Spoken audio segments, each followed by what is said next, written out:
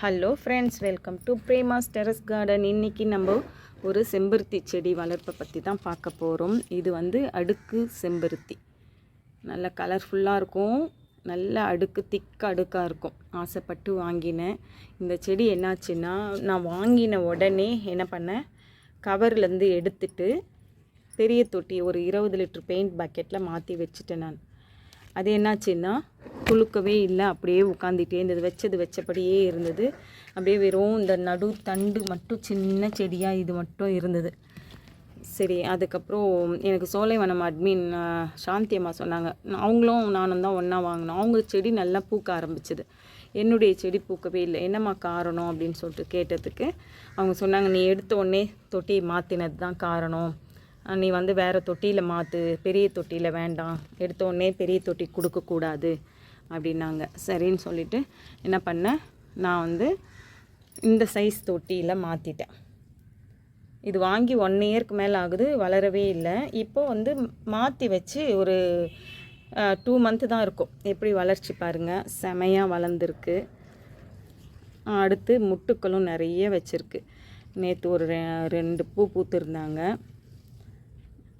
பாருங்கள், அழகாக இருக்குது. இந்த மொட்டு பாருங்கள் எவ்வளோ பெருசு இருக்குது, தெரியுதுங்களா உங்களுக்கு, இவ்வளோ பெருசு இருக்குது பாருங்கள். அடுத்தடுத்து நிறைய மொட்டுக்கள் வச்சுக்கிட்டு வராங்க, நல்லா துளுத்துருக்காங்க. இதை வந்து நம்ம எப்போவுமே செடியை வந்து வாங்கின உடனே தொட்டி கவரோடு வருது இல்லைங்களா, அந்த கவர்லேருந்து திருப்பி ரிமூவ் பண்ணாமல் ஒரு வாரம் நம்மளுடைய வீட்டு சூழலில் வந்து அந்த செடி வந்து உணரணும். இடம் மாறுச்சு இல்லையா, அதனாலே கூட வளராமல் இருக்கும். இந்த வீட்டு சூழலில் வந்து மாடி தோட்டத்தையோ இல்லை தர தோட்டத்திலையோ வைக்கும்போது அந்த சூழல் மாறும்போது அது வந்து அது உணர்றதுக்கு கொஞ்ச நாள் பிடிக்கும். அந்த கொஞ்ச நாளை விடணும், அந்த செடிக்கு விடணும்.